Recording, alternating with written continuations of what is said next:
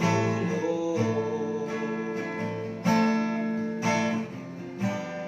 Kahit kaibigan ay nagbibigay sama ng loob.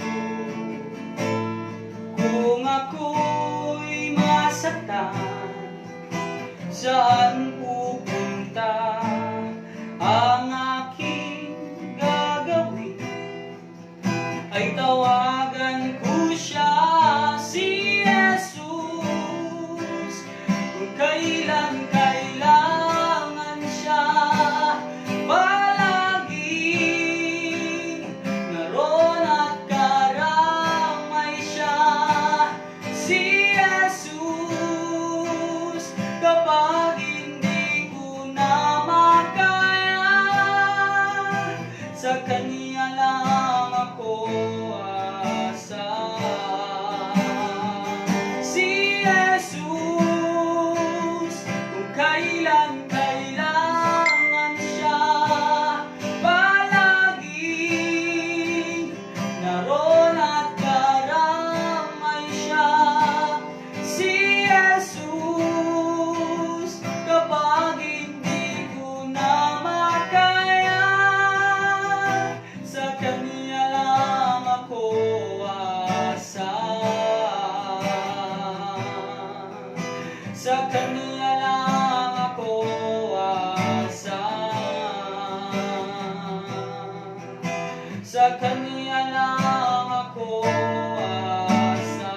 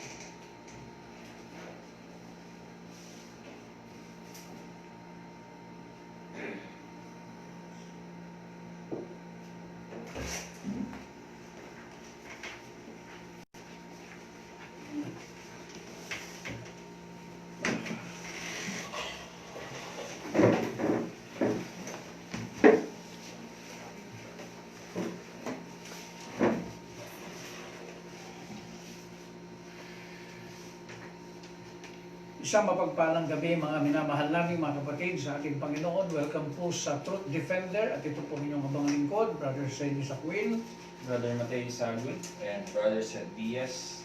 Tayo po'y dadakos sa panalangin. Amang banal na siyang pinamakapangyarihan sa lahat, Lord, sa galing ito, Panginoon, naroroon mo ng iyong Diyos upang maglahad ng iyong mga salita, O Diyos. Lord God, sa gabi ito, Panginoon, hinihiling namin, Panginoon, na kami iyong gabayan, Panginoon, patnubayan ng iyong banal na Espiritu, O Diyos, upang ang buong katotohanan, Panginoon, sa Ebanghelyo ay maipahayag, Panginoon, at mailahad sa lahat na nakikinig sa buong dako ng mundo, O Diyos. Lord God, patnubayan mo kami, Panginoon, ang aming tagapagsalita, O Diyos, na ikaw ang siyang magbasbas at mag-bless na kanyang labi, O Diyos, na upang may pahayag, Panginoon, ang mga salita. And Lord Jesus, sa gabi ito, Panginoon, hihilig po namin, Panginoon, na ikaw ang siyang magbukas, O Diyos, ng mga isipan, unawa, at puso ng bawat tao nakikinig, Panginoon, upang yung salita, Panginoon, ay mabuhay, makapasok sa kanilang mga puso, O Diyos, at ito ay mamukadkad, Panginoon, at lumago, Panginoon. Lord Jesus, sa iyo namin na itinitiwala ang lahat ng bagay sa tanging pangalan ng ating Panginoon Jesus Cristo, namin Diyos sa tagapagligtas. Amen. So, adjust natin konti yung aircon medyo ito. Hindi, yung pagitaas yung yan. Alright.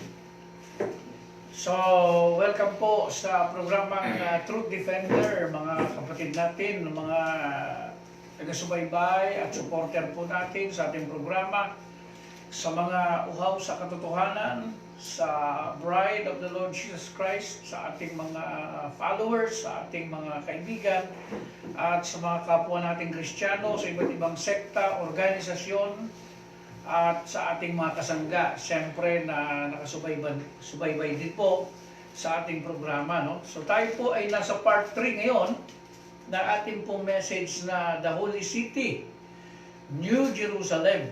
Spiritual lang ba ito or this is also a literal city? Ayan, so tayo po ay nasa part 3 na, no po? Part 1, part 2, and part 3.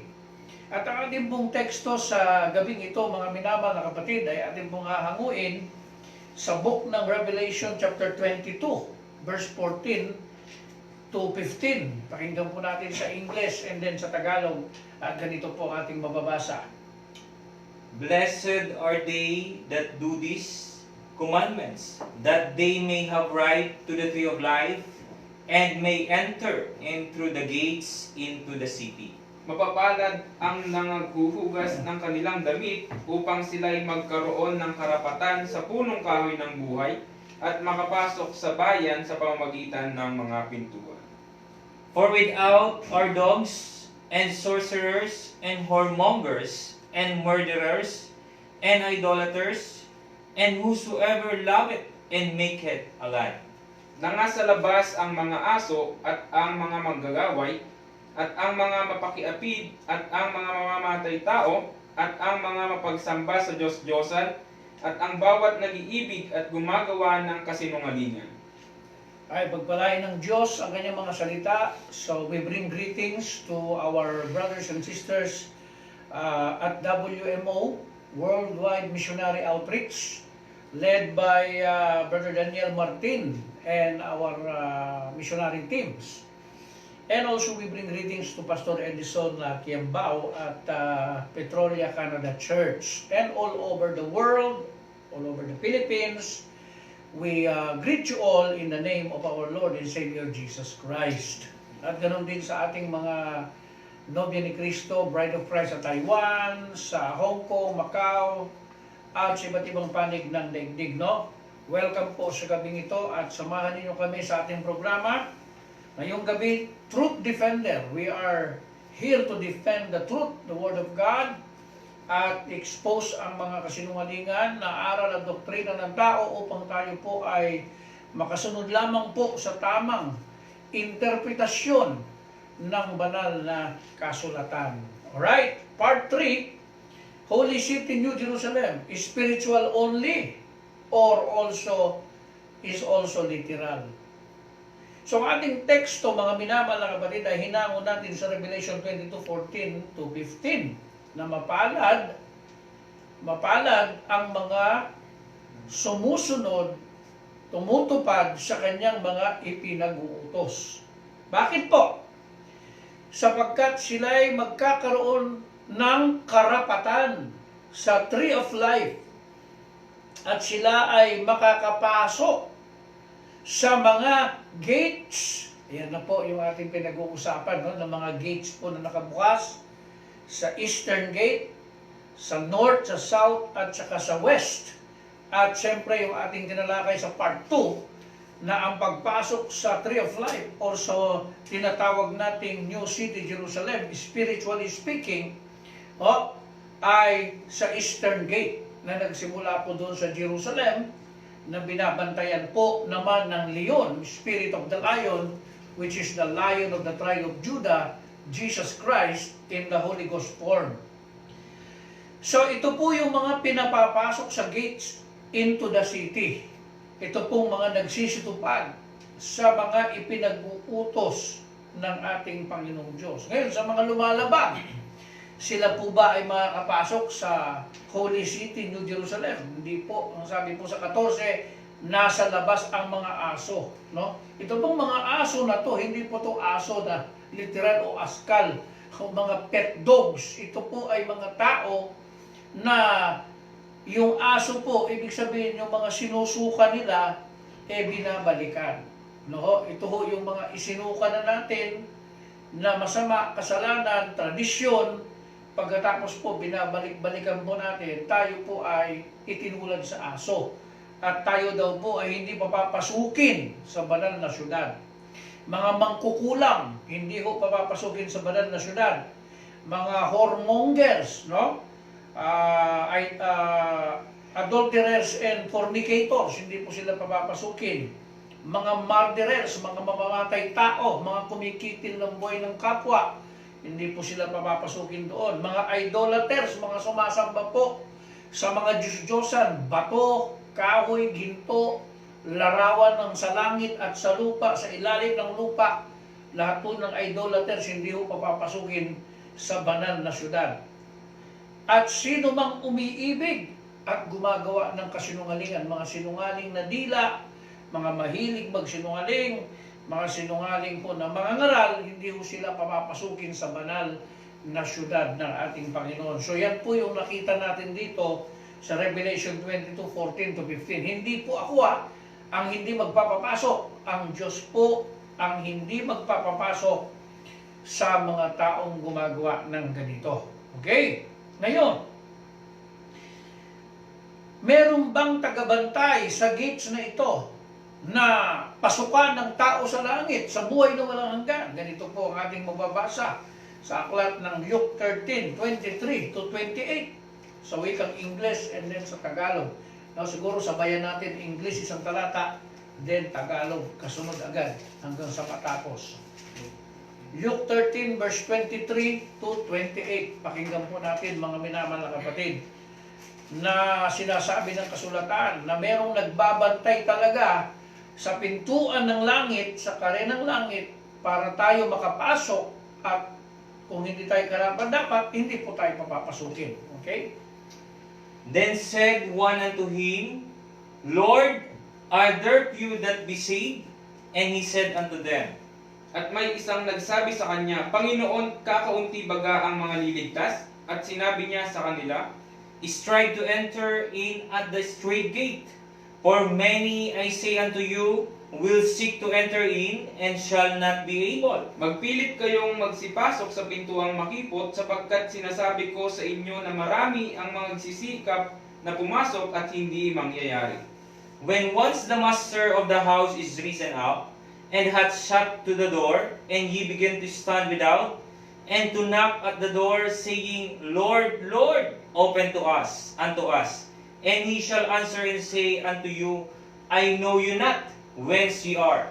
Kung makatindig na ang puno ng sangbahayan at mailapat na ang pinto at magpasimula kayong mga sitayo sa labas, at mga situktok sa pintuan na mga nagsasabi, Panginoon, buksan mo kami. At siya'y sasagot at sasabihin sa inyo, hindi ko kayo nakikilala kung kayo'y taga saan.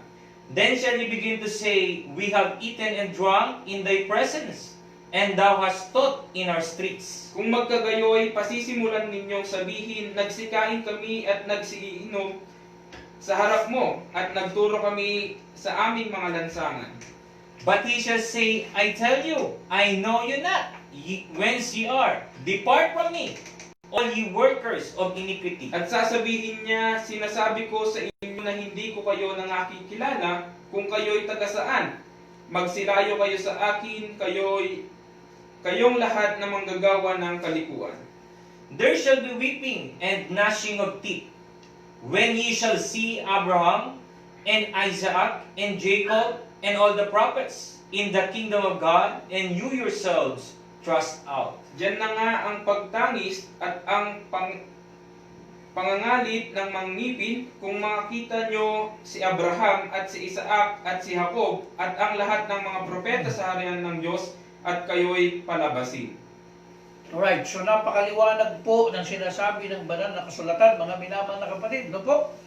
Na ang kaharian ng langit, ang banal na syudad, meron po yung pintuan. At doon sa pintuan na yon, doon ka papasok sa banal na syudad. At doon sa pintuan na yon, mga minamahal na kapatid, may nakabantay. At sinasabi po rito, the master of the house, na siyang nagsasara ng pintuan at nagbubukas. Nagbubukas para sa mga tumutupad sa salita ng Diyos, nagsasara para sa mga hindi tumutupad sa salita ng ating Panginoon. Kaya gaya ng sinasabi ng kasulatan, na makikita ninyo si Abraham, si Isaac, si Jacob, at ang lahat ng mga propeta nasa loob ng kaharian. Pero kayo, sabi niya, ay nasa labas. Bagamat kayo nakarinig, bagamat kayo nakinig sa aking pangangaral, kayo kumain sa harapan ko, sa aking presensya, no? Kayo nagsimba, kayo naging religyoso, pero sabi niya, narinig niyo ako nagturo sa kalsada, pero hindi ko kayo kilala. Ayun po ang masakit doon, mga minamahal na kapatid. So marami pong nakapakinig ng Word of God, pero nananatili sila sa labas ng banal na syudad. Hindi yung sila pumasok kasi ayaw nilang magpabautismo. Ayaw nilang magpahaba ng buhok. Ayaw nilang bitawan ng mga pantalon at shorts na paborito nila. Ayaw nilang bitawan ng mga tinatawag na kamunduhan.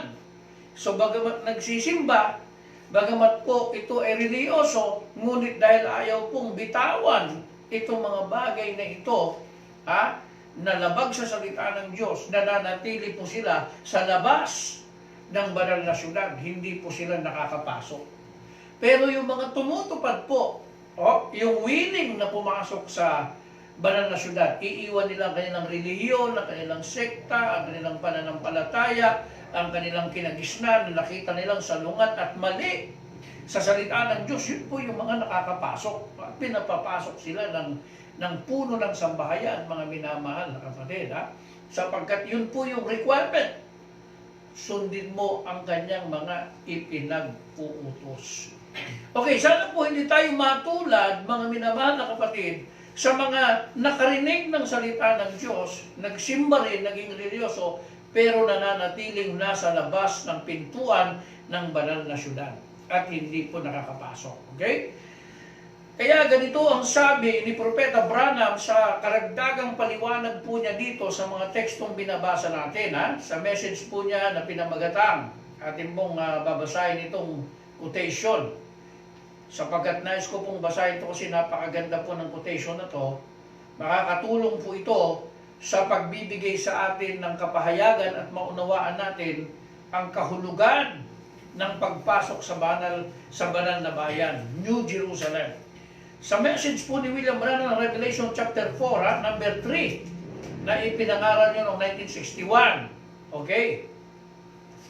Ganito po ang kanyang paliwanag dito sa paragraph 329 ang pababa. Ito po sabi niya. Now, Matthew 28, verse 19. Alam natin na ang Matthew 28:19 ay ang pinakapaboritong verse ng mga Trinitarian, ng mga three person. At halos lahat ng sekta ay Trinitarian, beginning from Catholicism, Protestantism, and on, pababa sa mga maliliit na sekta. Paborito po nila itong Matthew 28:19 bilang Trinitarian formula. At hindi po natin sila ginajudge, hindi po natin sila kinamumuhian. Yun po kasi ang interpretasyon na kanilang naintindihan. No?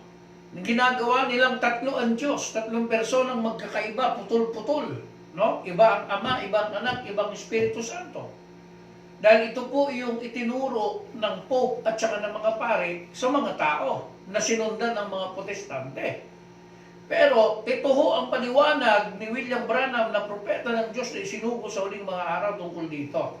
Okay, sabi niya, "There's where you Trinitarian brethren going," Matthew 28:19. Alright. Matthew at the last part of the chapter said, "Go ye therefore, teach all nations, baptizing them in the name of Father, Son, Holy Ghost."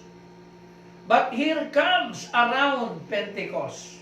Peter said, "Repent and be baptized in the name of Jesus." Ayan, dyan nung na-confuse ang mga Trinitarian. Dahil yung Matthew 28:19, bumabalandra po sa Acts 2:38. At yung Acts 2:38, parang bumabalandra sa Matthew 28:19. Dito na-confuse ang mga Trinitarian. Ngayon, sa kanilang kalituhan, sabi nila, sino bang pipiliin natin sa dalawang susundin? Matthew 28:19, si Jesus ang nagsasalita. O Acts 2:38, si Pedro lang naman nagsasalita. So, kanila ngayon, binigyan ng conclusion, mga minamahal na kapatid, mas mabuting sundan ang Matthew 28:19 dahil si Jesus daw ang nagsasalita dyan. Si Pedro, alagad lang naman ni Jesus. Dyan ho na confuse ang kaisipan ho ng Trinitarian. Now, meron bang salungatan ang Matthew 28:19 at Acts 2:38? Wala. Right. Kasi ang Matthew 28:19 ay isang saradong pintuan. At ang Acts 2:38, siya yung susi. So kung gusto mong malaman kung anong pangalan ng Ama, ng Anak, ng Espiritu Santo, ang susi Acts 2:38. Ang pangalan ng Ama, Jesus. Ang pangalan ng Anak, Jesus. Ang pangalan ng Espiritu Santo, Jesus. Kaya nung si Pedro na binigyan ng susi ng tare ng langit, mga minamahal na kapatid, nang siya magpasimulang mangaral, pagkatapos niyang marinig itong utos sa Matthew 28:19 sa bundok ng Olibo, ay hindi agad nagbautismo. Sumunod sa utos ni Kristo na maghintay sa Jerusalem at antayin ang sangkap ng kapangyarihan galing sa itaas. At ito nga po ay naganap sa Acts 2:38. Kaya yung mga Trinitarian na nagsasabi na si Pedro daw ay mas susundin ng si Jesus kaysa kay Pedro, mga confused po yan. No? Yan po ay mga kulang sa kapahayagan. Wala akong salungatan at labanan ng Biblia. Kailangan matuto ka magbukas ng susi. Kasi bawat kasulatan, minsan ito po ay saradong pintuan na meron pong verse na magbubukas dyan para maunawain mo. Amen. At ito hong Matthew 28:19, ang susi po dyan, Acts 2:38. Kaya lahat ng apostol ay nagbautismo sa pangalan ni Jesus. Wala akong gumamit nitong titles na Father, Son, and Holy Ghost dahil naunawaan nila na ang name ng Father ay Jesus, ang name ng Son ay Jesus, ang name ng Holy Ghost ay si Jesus. Wala akong confusion at contradiction doon.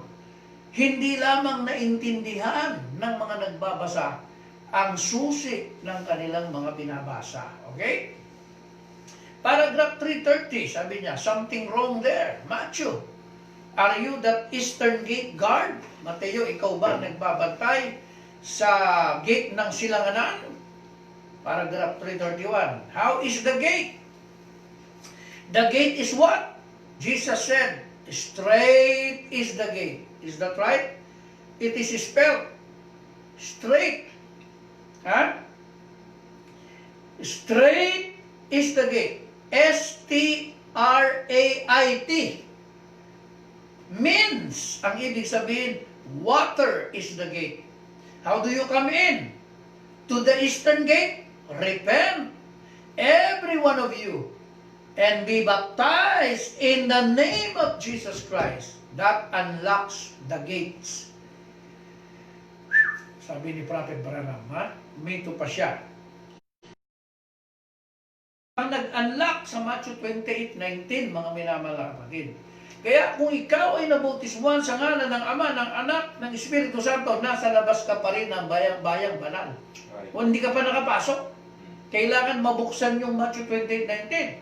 At Acts 2:38 ang susi roon. Kaya kailangan ikaw ay mabautismuhan uli, kapatid, sa pangalan ng Panginoong Hesus Kristo. Kung hindi ka pa nabautismuhan sa pangalan ni Jesus, nasa labas. Ang kanyang bayan sa kanilang mga kasalanan. So, Jesus, sabi rito, yung batang ipinanganak, tatawagin mo siyang Jesus, sapagkat ang sabi rito, siya ang tagapagligtas. At sabi sa verse 23, siya ang Emmanuel. Pagibasa. Behold, a virgin shall be with child, and shall be born a son, and they shall call his name Emmanuel, which being interpreted is God with us. Narito, ang dalagay magdadala ang tao at manganganak ng isang lalaki at ang pangalang itatawag nila sa kanya ay Emmanuel, na kung liliwanagin ay suma sa atin ang Diyos. So, sino ang Diyos? Si Jesus, nagkatawang tao. Siya yung Ama. Amen. No? Yung batang pinanganak, siya yung Ama. Emmanuel, God with us. At yung anak, anong pangalan ng anak? Jesus din. No? So kung titingnan natin, ang susi ng Matthew 28:19, ang pangalan ng Ama is Jesus. Ang pangalan ng anak ay Jesus. At ang dalang pangalan ng Espiritu Santo, kung magbabasa tayo sa John 14 and John 15, Jesus pa din. Right. So yun ang susi, mga minamahal na kapatid. Hindi mo man tanggapin ang sinasabi kong ito, pero that is the scriptural born key to unlock these mysteries in the Bible. No, mga minamahal na kapatid. Okay? So napakaliwanag na ang pangalan ni Jesus ang nagbubukas ng susi kung anong pangalan ng Ama, ng Anak, at ng Espiritu Santo, sapagkat siya, yung Emmanuel, God with us. At Isaiah 9:6, buksan pa natin ang isang susi, kung sino yung batang pinanganak. Okay?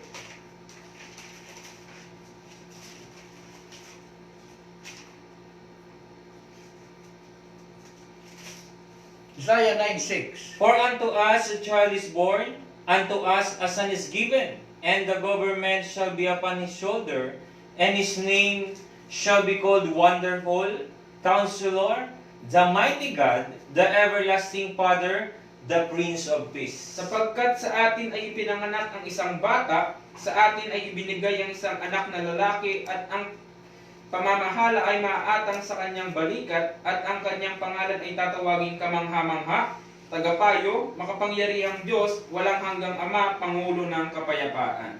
Alright, so napakalinaw mga minamahal na kapatid, sinasabi ng banal na kasulatan na yung batang ipapanganak, siya ay tatawaging Makapangyarihang Diyos. Sino yung bata? Makapangyarihang Diyos. Anong pangalan ng Diyos? Jesus. Sino yung anak? Jesus. At ang sabi pa rito sa Isaiah 9:6, walang hanggang Ama.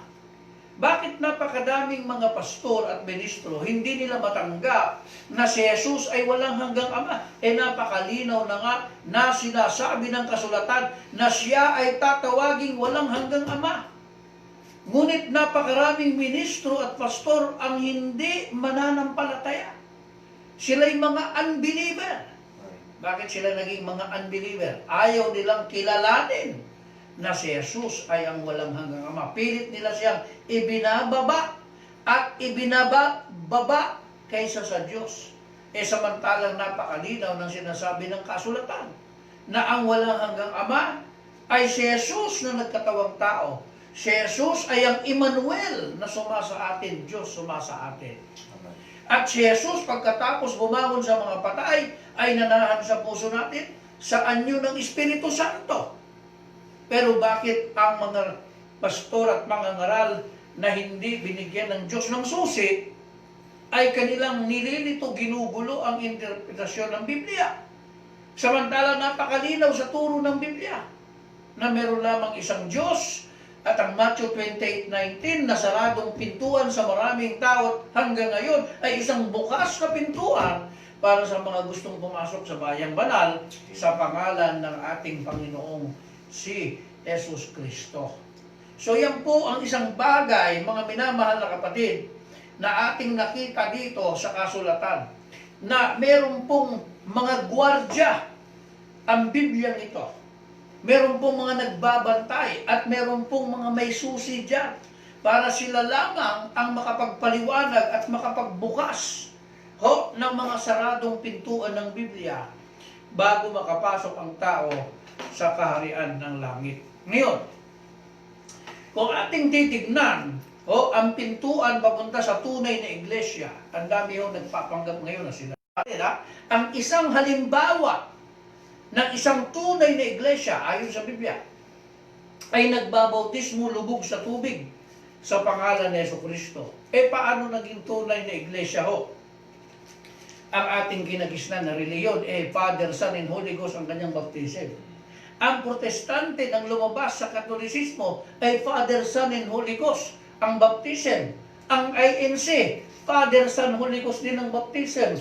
Ang dating daan, Father, Son, Holy Ghost baptism. Ang Methodist, ang Baptist, halos lahat ng sekta po, ay saradong pintuan ng Matthew 28:19 ang kanilang pinapasok. Samantala, ang sabi ng Biblia at ang sabi ni Apostol Pedro na binigyan ng susi ng kaharian at sinabi ni William Branham na propeta ng Diyos sa huling mga araw, ang susi para makapasok ka sa banal na syudad ay yung Acts 2:38. Wala namang pumapasok doon. Pilit nilang pumapasok sa Matthew 28:19, di naman sila makapasok. Kaya mga minamahal na kapatid, yan po ang sinasabi natin dito na maaaring kamangmangan sa iba. Itong ating mga binabanggit, pero ito po ay malinaw na katotohanan.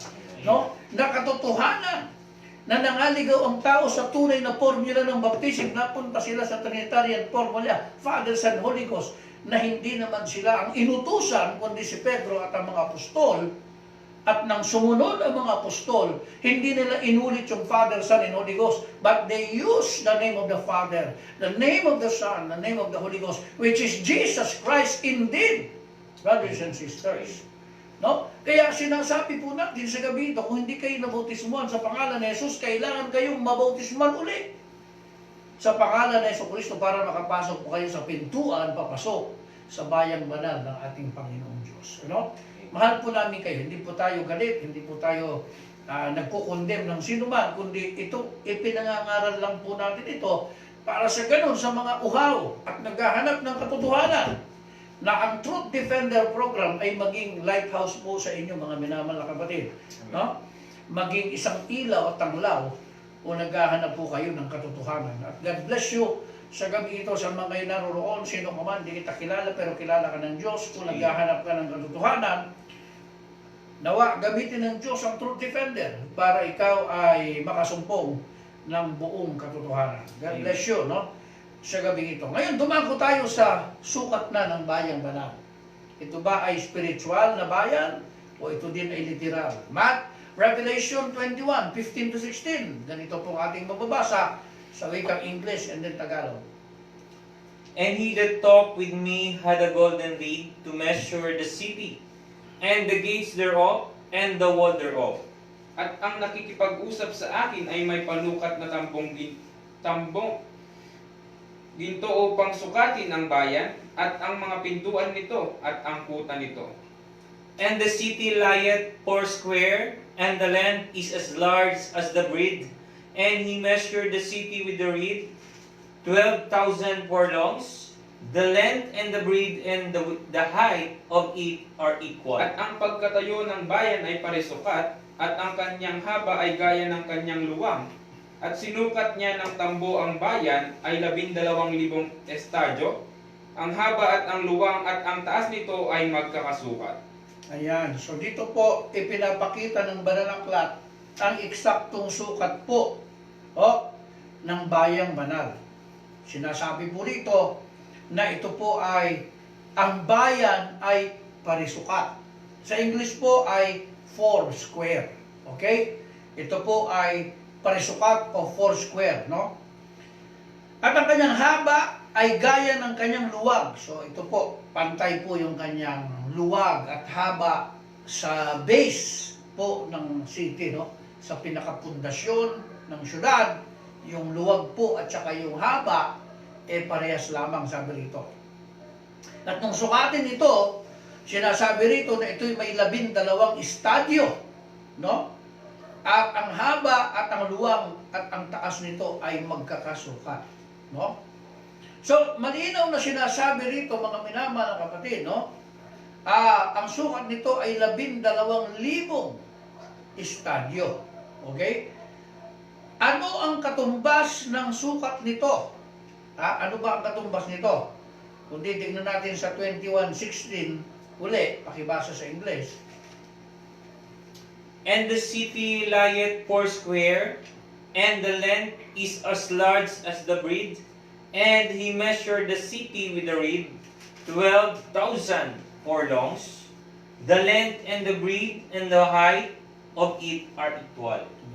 At ang pagkatayo ng bayan ay parisukat, at ang kanyang haba ay gaya ng kanyang luwang, at sinukat niya ng tambo ang bayan ay 12,000 estadyo, ang haba at ang luwang at ang taas nito ay magkakasukat. Alright, so sa Good News Bible, mga minamahal na kapatid, ito po kung ibabatay sa miles, ito hong 12,000 furlongs, ito ho ay 1,500 miles long and 1,500 miles wide, as high as it was long. Yung taas ganun din, 1,500 miles long. At sinasabi ko rito, ang lapad at ang taas at ang haba ay 1,500 miles. Yan ho yung sukat ng banal na syudad, mga minamahal na kapatid. 1,500 miles na ang katumbas na kilometro po nito ay 2,414 kilometers. Okay? Na ang kabuang area ng Bayang Banal ay 5.83 million square kilometers. Ganun po siya kalapad. Ganun po siya kaluwag, mga minamahal na kapatid. Yan po yung measure ng 12,000 furlongs.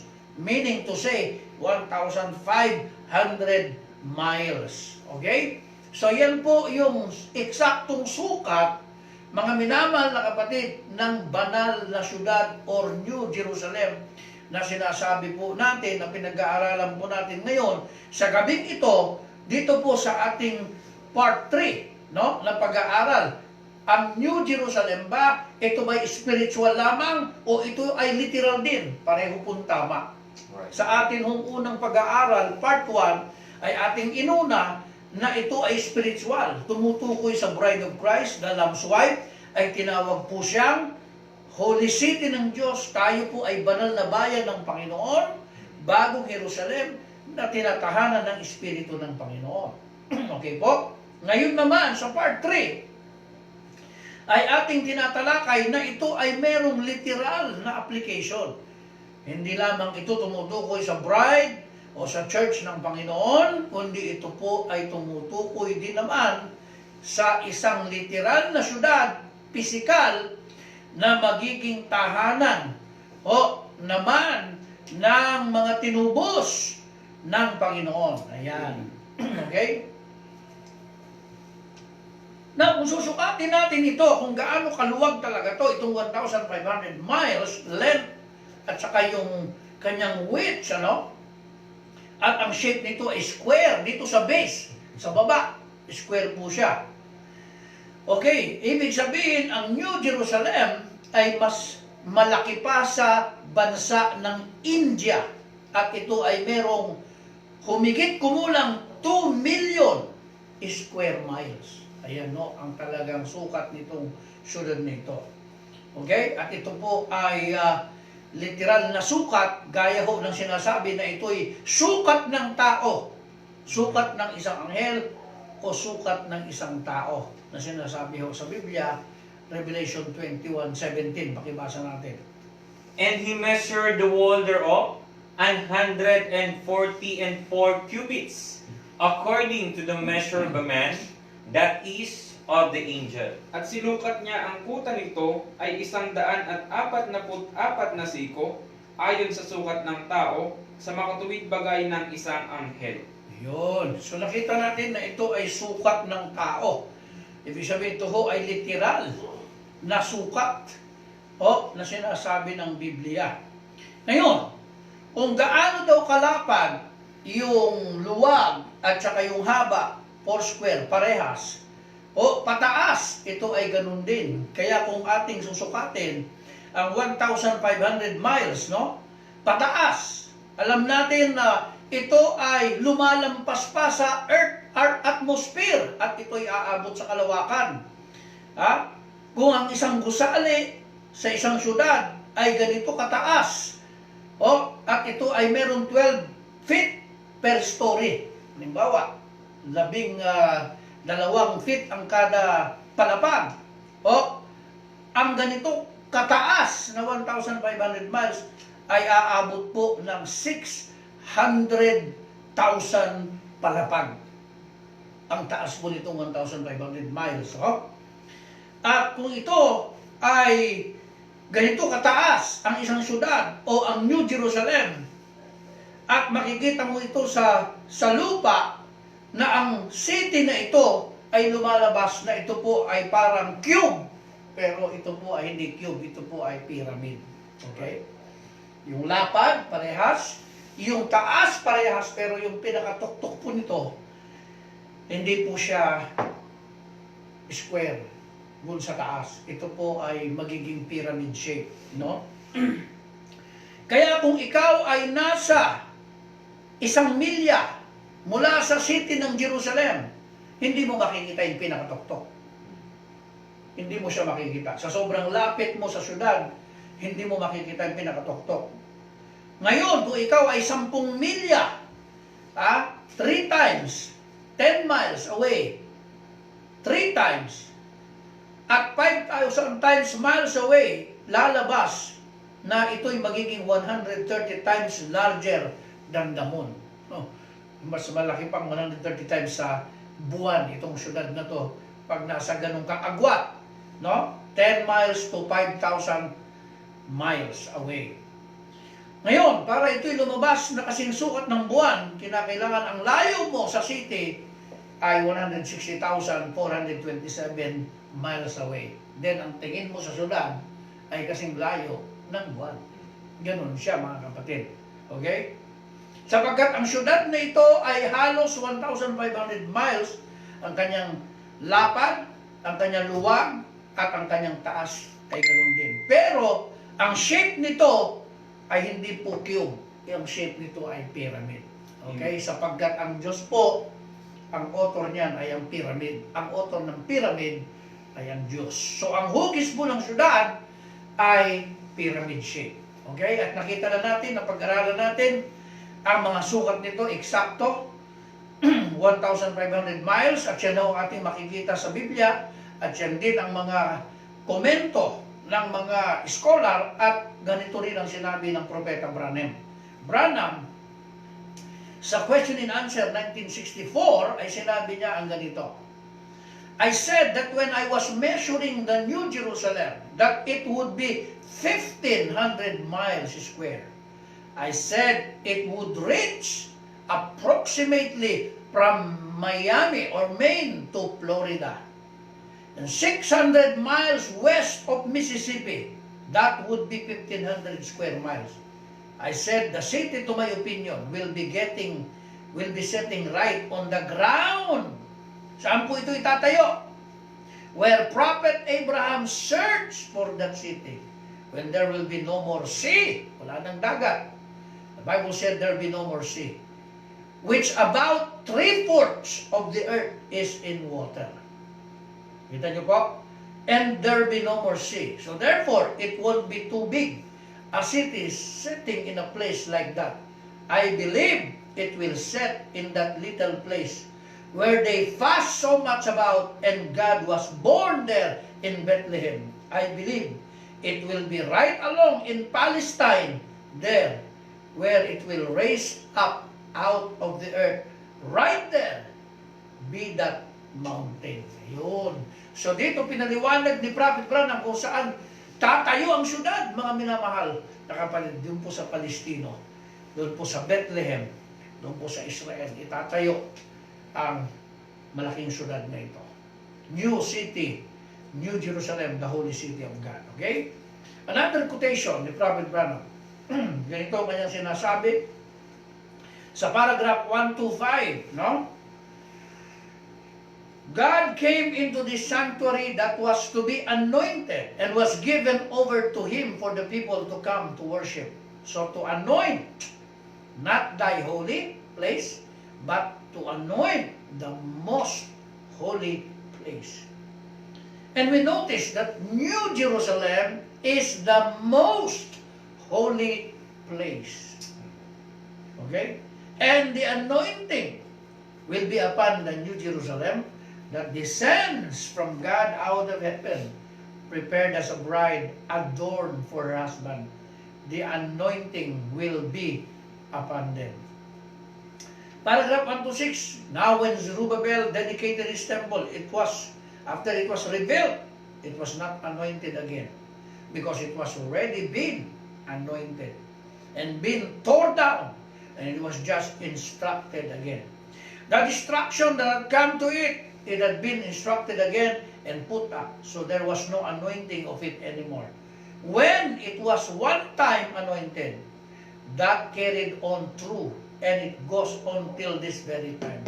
But when God sets up the millennium tabernacle, He will anoint the most holy, not thy holy, but the most holy. But when the king takes his throne for 1,000 years, glory, she's over now. The anointing of the most holy will be the last thing that will take place. When the tabernacle is erected, the resurrection has come, the Jews has returned, Christ and His bride has come, the Jew, the 144,000 are sealed. The millennium has taken place. There will be an anointing, and the most holy place will be anointed, the holy, holies of holies. The most holy, when the most holy place is the sanctuary where God lived between the cherubims. And this time Christ will set in the most holy place with the anointing upon Him, and they will need no sun there, for the Lamb is the midst of the city, which shall be the light. The sun will never go down in that city, as old Uncle Jim used to say. It never will, because Christ will be that light. The anointed one and the king will come and take his throne for 1,000 years to reign. Jeremiah 3:12 to 18 inclusive. Let's read it. Ibasa natin. Jeremiah 3:12 to 18.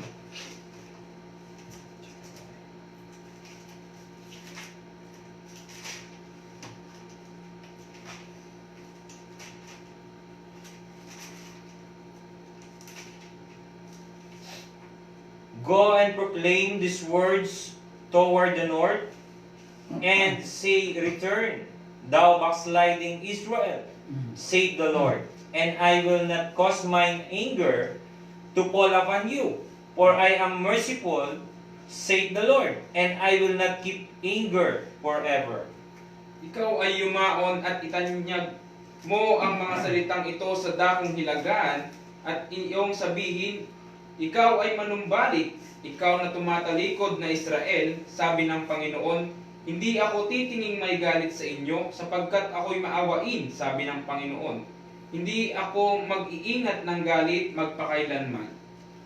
Only acknowledge thy iniquity, that thou hast transgressed against the Lord thy God, and hast scattered thy ways to the strangers under every green tree, and ye have not obeyed my voice, saith the Lord. Kilalanin mo lamang ang iyong kasamaan na ikaw ay sumalansang sa Panginoong mong Diyos, at iyong ikinalat ang iyong mga kaugalian sa mga taga-ibang lupa sa ilalim ng bawat sariwang punong kahoy, at kayo'y hindi nagsisunod sa aking tinig, sabi ng Panginoon. Torn o backsliding children, saith the Lord, for I am married unto you, and I will take you one of a city, and two of a family, and I will bring you to Zion. Kayo'y manumbalik o tumatalikod na mga anak, sabi ng Panginoon, sapagkat ako'y asawa ninyo, at kukuha ako sa inyo ng isa sa isang bayan, at dalawa sa isang angkan, at dadalhin ko kayo sa Sion.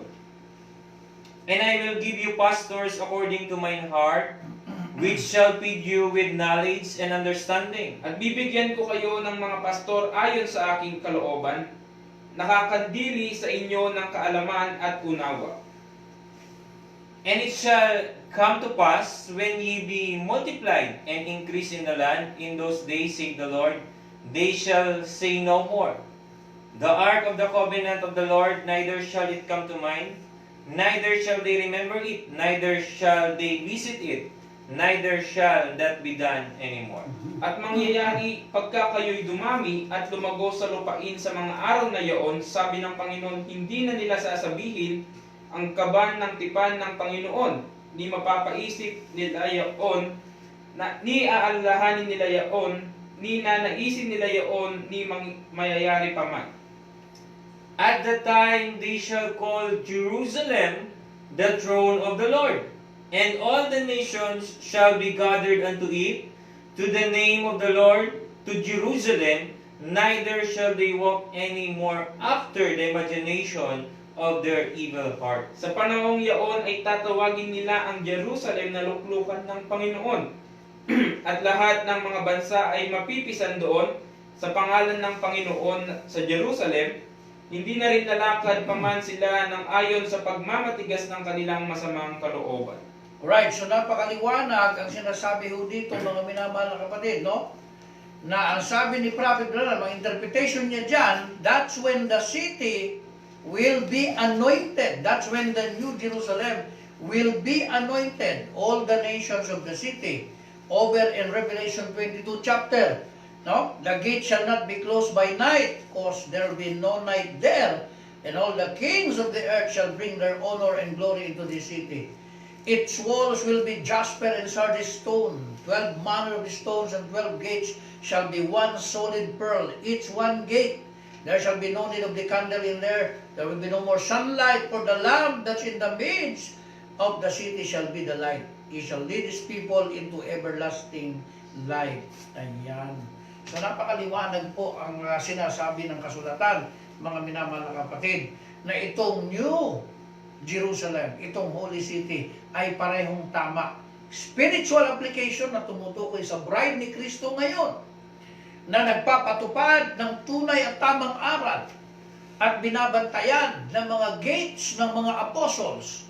Mga minamahal na kapatid, ang apat na nilalang na buhay ng leon, ng face of a man, ng face of the calf, at ng flying eagle, ito mga espiritu nagbabantay sa nobya ni Kristo para ang mga sumusunod lamang sa kalooban ng Diyos ang makakapasok sa banal na syudad. At ang mga suwail, rebellious, sila'y hindi papapasukin ng espiritu ng Diyos kasi sila'y pinapalabas at sila'y humihiwalay sapagkat hindi sila worthy sa banal na syudad ng ating Panginoon. And then, ipinaliwanag din sa atin ng Propeta Branham at ng Biblia na ito ay isang literal din na syudad na magiging tahanan natin sa bagong langit at bagong lupa na merong ganito kalaking sukat, 1,500 miles ang layo, ang luwag, at ang taas ay parehas, pero ito po ay shape ng pyramid. No, hindi po ito cube. Ha? Ito po ay shape of a pyramid, sapagkat ang pyramid po ay isa sa manifestation ng foreknowledge, ng wisdom, at ng plan ng Diyos. Yung pyramid na ginawa ng mga lahi ni Enoch, na si Enoch na anak ni Adan, at si Adan na anak ng Diyos. God bless po sa inyong lahat. Nawa po kayo ay naliwanagan sa banal na syudad, New Jerusalem, kung ito ba spiritual o meron ding literal. Pareho pong tama. Ito ay spiritual na tumutukoy sa Bride of Christ, the Lamb's Wife, the New City, Holy Jerusalem ng Panginoon, at meron din itong literal na syudad na parating na magiging tahanan natin na ang sukat ay 1,500 miles ang haba, ang luwag at ang taas, at ito po ay nasa pyramid shape ayon sa teaching po ni Prophet William Marion Branham. God bless you, bride of the Lord Jesus Christ. God bless you mga followers and viewers natin sa Truth Defender, sa lahat ng mga Kristiyanong nasa iba't ibang reliyon at sekta na naghahanap ng katotohanan, from Catholicism at sa lahat ng ism, mga minamahal na kapatid. God loves you, we love you, hindi namin kayo kinamumuyan. Bagamat tayo ay may kanya-kanyang mga paliwanag at doktrina, ngunit nais natin sundin kung ano ang sinasabi ng written word, the Holy Bible, at spoken word, ang ibinigay sa kanyang sugong propeta sa huling mga araw. Pagpalain po kayo ng ating mahal na Panginoon. Tayo po'y dadako sa panalangin.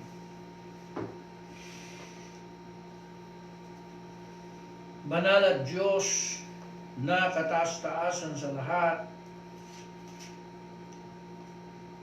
pinupuri at itinataas namin kayo sa gabing ito, Panginoon, sa iyong patnubay at gabay at paghahayag sa amin ng mga katotohanan ito na nakatago sa Biblia.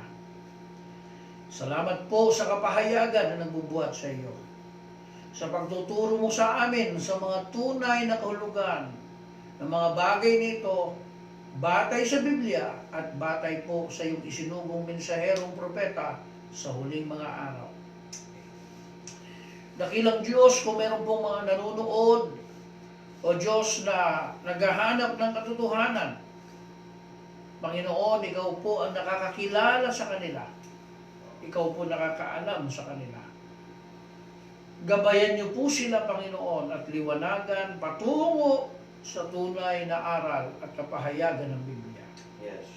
Ganon din po ang mga naghahanap ng kaligtasan, Panginoon, na uuhaw sa katotohanan. Dalangin ko po na inyo silang gabayan, Panginoon. Sino man sila, saan man silang reliyon naroon, kung wala pa silang katiyakan sa kanilang kinaroroonan.